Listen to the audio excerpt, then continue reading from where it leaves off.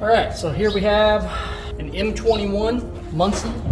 This is out of my 1968 Chevelle. As you can see, this is what caused my issue. We were having a lot of oil coming out of right here, and we're having some weird intermittent clutch issues.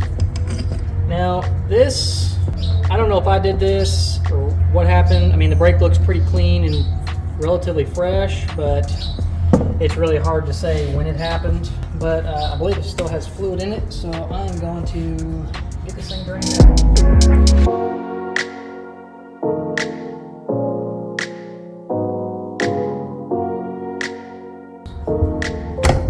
Up.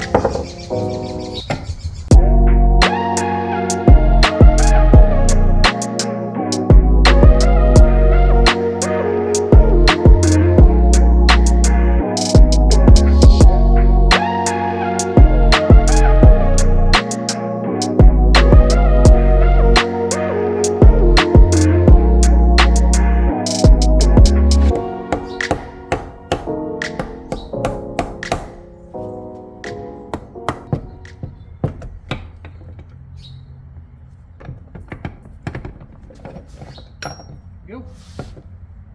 Our side cover contains forks,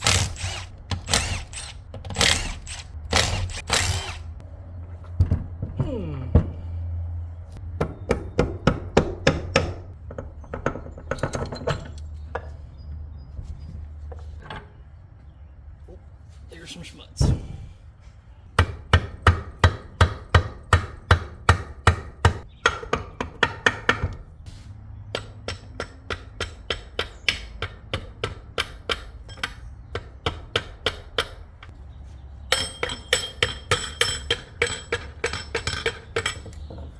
Okay, so you have a cage with a bunch of rollers that go in here, and that's what attaches there. These cage and rollers fell out earlier. Just grab a couple of them, but that's what they look like. We've got new ones, so while we got all new stuff, we are going to keep everything kind of in order and not gonna let everything fly apart. Our solution: completely tear the whole transmission apart and replace all the gears with new M22 gears. So there are what's called spur or hypoid, straight cut gears, and then everything in between. All right, so we got all the new gears laid out. This is everything that comes in that $350 kit. I got that kit from Allstate Gear. Your counter shaft, first through fourth gear, your input shaft. You can get it various different ways. I opted for just essentially it's close to what I had already. So it's 10 spline, it's close ratio. You can get a wide ratio if you wish. This just kind of works better for what I'm doing.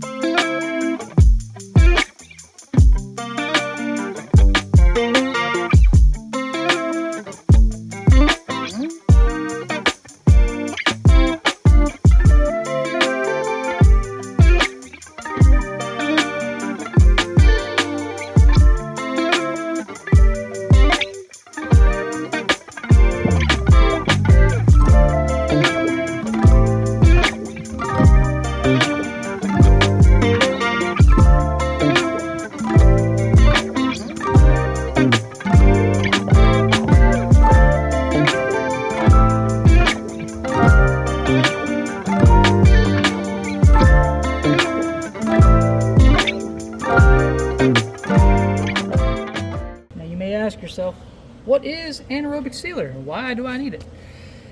Essentially, it cures without the need for air.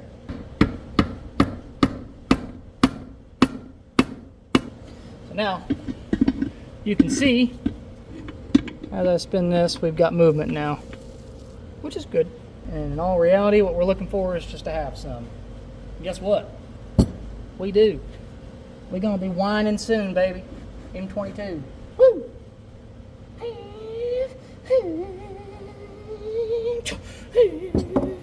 Something like that.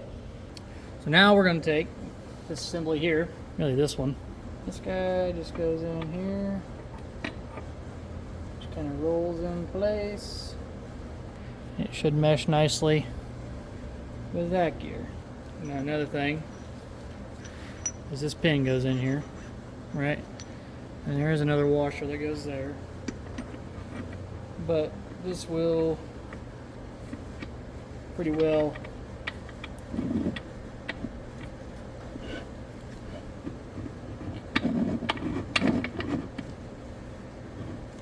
that'll locate that, is you don't want your puzzle piece, right, in line with this little oil relief. So we wanted 180 degrees out.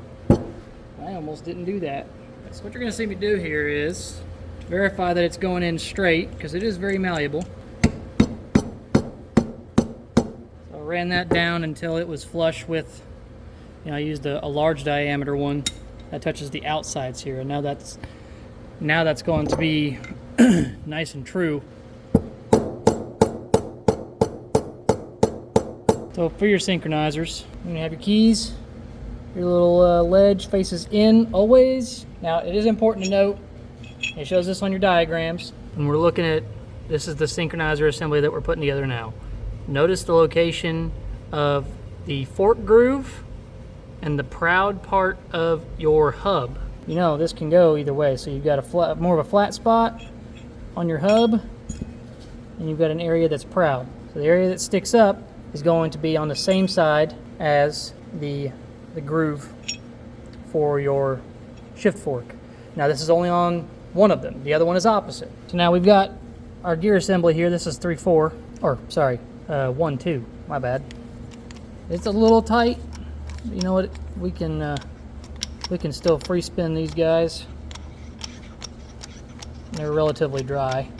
And now we're assembling it onto the shaft this way. So you should be seeing the assembly like this, and it'll go on like that.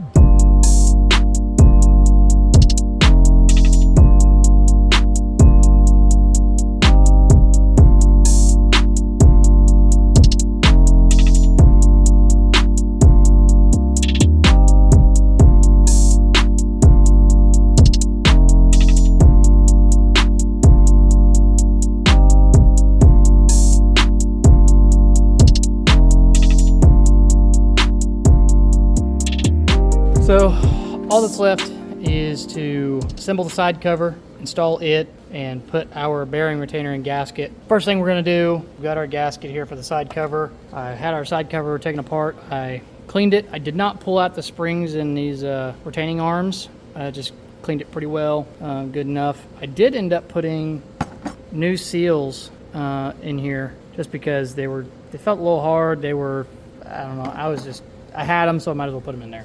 So you see you've got little indents here, 1, 2, 3, 1, 2, 3, that indicates a neutral position in the middle, and then forward and reverse on, let's say reverse, forward and backward detents for your gear selection.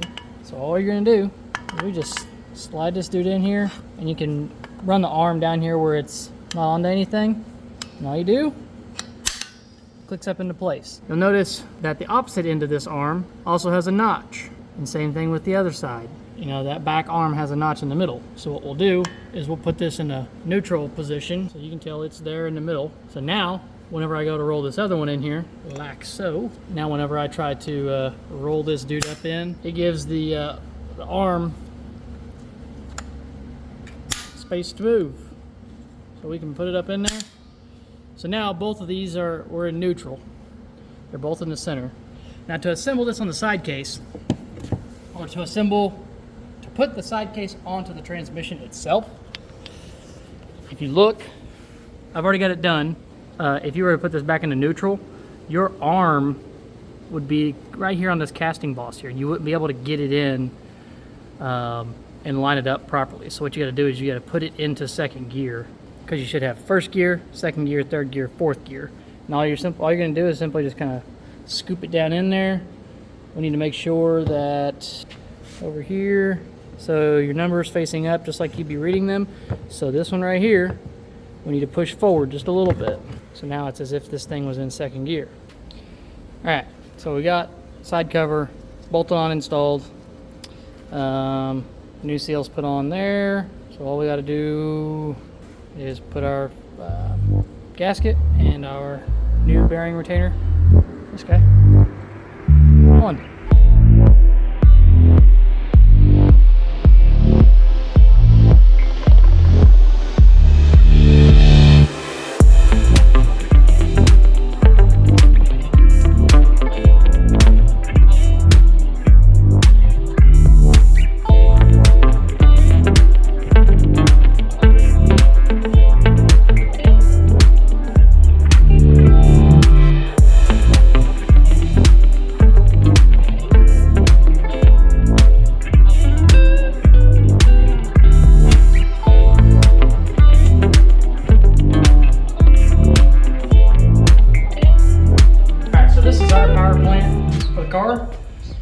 This is the engine. It is a 427 cubic inch big block. No name aluminum heads. Nothing really special about it, honestly. Some shelf pistons, some Keith Black pistons, an older trip flow balancer. This is really the way that I bought the engine aside from the fuel injection. So we added a hydraulic roller cam. Nick Evdos at Brian Tilley Racing did the cam for me. Awesome cam, thing runs great. Johnson lifters, roller rockers or scorpions or something like that. Nothing special. And this thing runs great. It does leak a little bit of oil. Wouldn't even really call it a leak. It's just enough to collect dirt on the engine. So I'm gonna probably pop the valve covers off. It looks like that might be where it's coming from. It's either coming from there or the china wall. But nonetheless, I'm gonna clean it up and do all that before we put it back in. I originally thought this thing had a rear main seal leak, and it does not. So that's good. But anyway, just gonna clean it up before we put it back in. And that should be all we have to do to the motor. Oh, so this thing does have a Holley EFI multi-port intake manifold. It's a single plane. I use it's an older Excel throttle body. It's technically a 3-barrel. It's got 2 of your primaries and then 1 large mono blade on the rear. And I'll show that to you in a minute. Dual sync, so I have timing control through my Holley HP EFI. We're using Deca 80-pound injectors. So I've got plenty of room to grow on whether I want to run pump gas or ethanol, which this car will be flex fuel. So just a really great cruiser. So yeah, other than that, nothing crazy. So let's get this thing wiped down and see what's going on with it.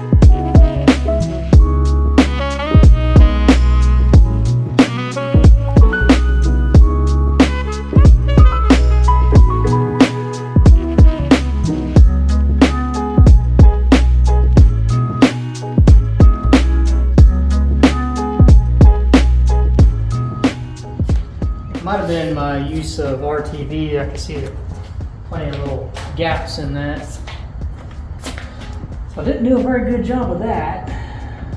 So we're gonna